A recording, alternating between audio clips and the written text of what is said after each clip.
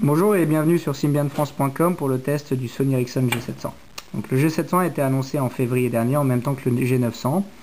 C'est le premier appareil de la gamme G-Series qui est plutôt orienté Internet, donc usage Internet. La principale différence en fait avec le G900 est que le G700 est plutôt positionné entrée de gamme. Au niveau des spécifications, on a un capteur photo de 3 mégapixels, la 3G et la dernière version de UIQ 3. Donc j'ai fait un rapide tour du téléphone. Donc à l'avant en fait on a un clavier, alors c'est vraiment ce qui frappe, on a un vrai clavier de téléphone, très facile d'utilisation, très pratique avec des touches bien larges et légèrement bombées.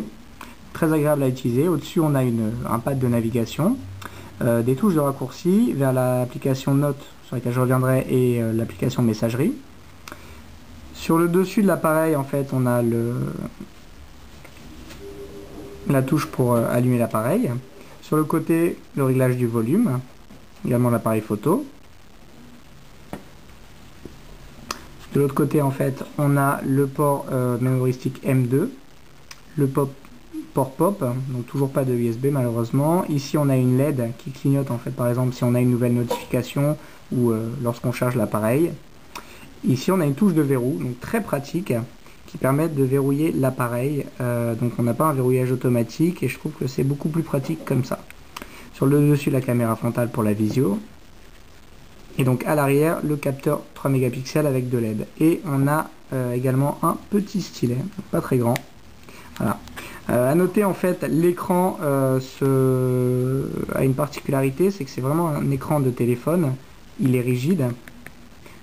Comparé aux autres smartphones sous UIQ qu'on avait déjà vu, donc c'est vraiment très agréable et c'est ce qui fait vraiment penser à un téléphone classique.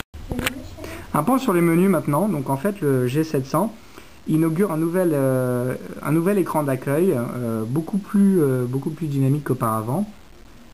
Donc en fait on a toujours la touche d'accès vers le menu principal, mais au-delà de ça en fait on a différents plugins qu'on peut paramétrer pour qu'il s'affiche ou non sur l'écran d'accueil. Donc l'alarme, la musique, les signaux. Donc on choisit ce qu'on souhaite afficher. Donc parmi les plugins, donc on a mes raccourcis. Donc c'est exactement le même principe que sur le P1i. À chaque fois, donc on peut choisir de faire un raccourci vers n'importe quoi, un fichier, une tâche, une fonction du téléphone. Vous voyez l'animation en bas. En dessous, les contacts préférés, donc la possibilité d'ajouter un nouveau contact et d'avoir un accès rapide pour envoyer un SMS, un MMS, un email ou un appel. La fonction alarme, possibilité de définir une nouvelle alarme, un réveil. La fonction lecteur audio, donc comme son nom l'indique, pour lire de la musique. Vous voyez, on est toujours dans l'écran d'accueil. Les signets, donc les raccourcis internet. Les flux RSS, donc les derniers flux s'afficheront. L'horloge mondiale. Les tâches. Et même les photos, donc on peut naviguer même dans les photos qu'on a prises directement depuis cette interface. Donc on est toujours dans l'écran d'accueil et on navigue déjà dans les photos de l'appareil. Et enfin le calendrier, donc à chaque fois, voilà, et le calendrier avec la possibilité donc de voir tous les événements du jour et d'ajouter très facilement un nouvel événement. Et enfin la messagerie,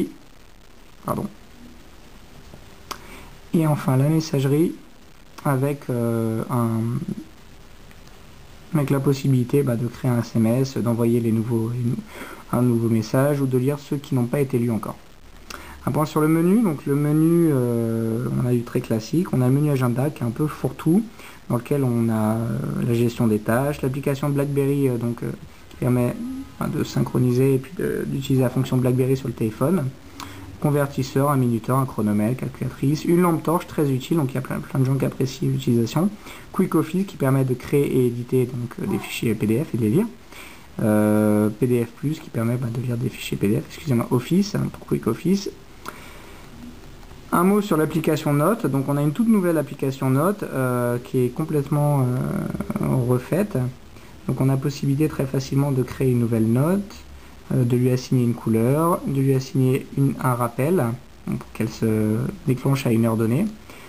Très pratique lorsqu'on a vraiment quelque chose à noter rapidement, notamment à l'aide du stylet ou à l'aide du clavier si on veut.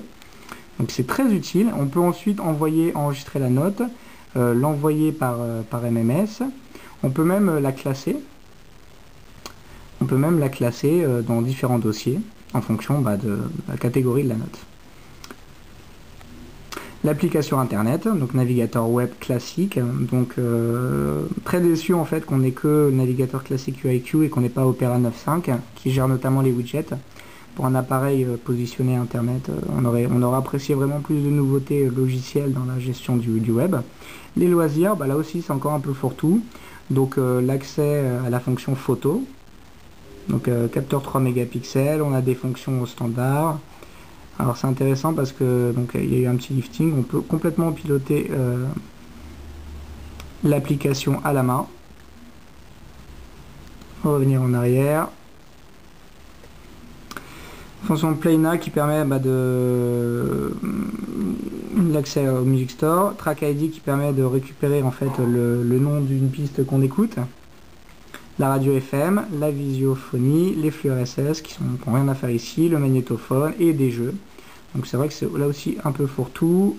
Les médias, donc là on hérite en fait du menu de la PSP et de la PS3 avec la possibilité de naviguer dans tout le menu multimédia. On peut choisir l'ordre de, l'orientation, le paysage en fait, paysage ou portrait, donc suivant ce que l'on préfère. Donc la navigation est très facile, c'est vrai que ça ressemble à aucun autre menu du téléphone, donc c'est pas super homogène, mais en même temps c'est quand même bien fait. On peut, donc les photos sont classées selon la date à laquelle elles ont été prises. On peut également les taguer, donc définir une étiquette à laquelle seront rattachées les photos et lancer des diaporamas. Donc la navigation dans les médias a été complètement repensée. Concernant la musique, on a la possibilité de voir des livres audio, des podcasts, donc un lecteur de podcast intégré, également les enregistrements sonores, vocaux qu'on a pu faire. Donc vraiment, on a une gestion complète du multimédia à partir d'une seule et même interface, c'est assez bien fait. Concernant le calendrier, pas de vraie nouveauté, donc le calendrier UIQ est toujours aussi bien fait. On peut définir différents types d'événements, les récurrences.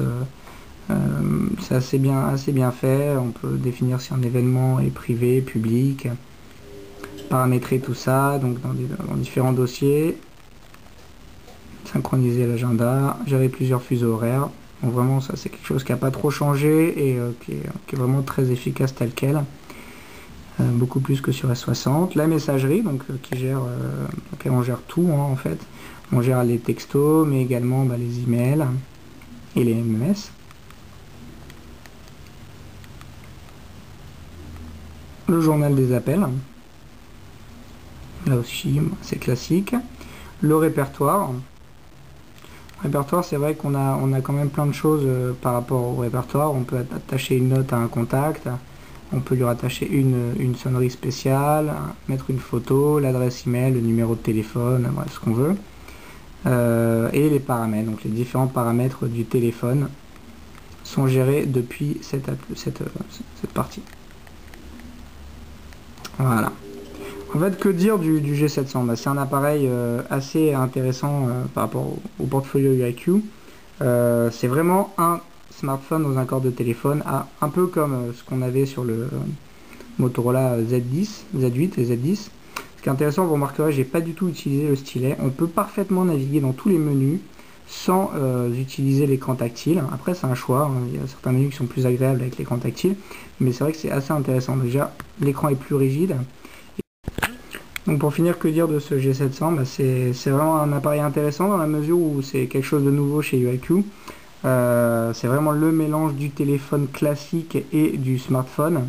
On a un écran tactile dont on peut ne quasiment pas se servir. Vous remarquerez, j'ai pas du tout utilisé le stylet dans le test. Pour autant, on a vraiment une interface réactive. C'est un smartphone quand même complet. Il vise pas les utilisateurs classiques du IQ. On n'a pas de Wi-Fi ici, pas de fonction très avancée. En termes d'appareil internet, pour moi, ça se justifie pas vraiment parce qu'il a rien d'original en internet. Il n'a pas un bon navigateur. Il n'est pas vraiment axé internet, je dirais. En revanche, en téléphone 3G d'entrée de gamme, je trouve qu'il se positionne bien dans la concurrence. Il n'a pas de vrai équivalent dans le domaine des écrans tactiles. Et voilà, donc c'est un téléphone sympa, entrée de gamme. On attend quand même la suite parce qu'un vrai remplaçant du P1.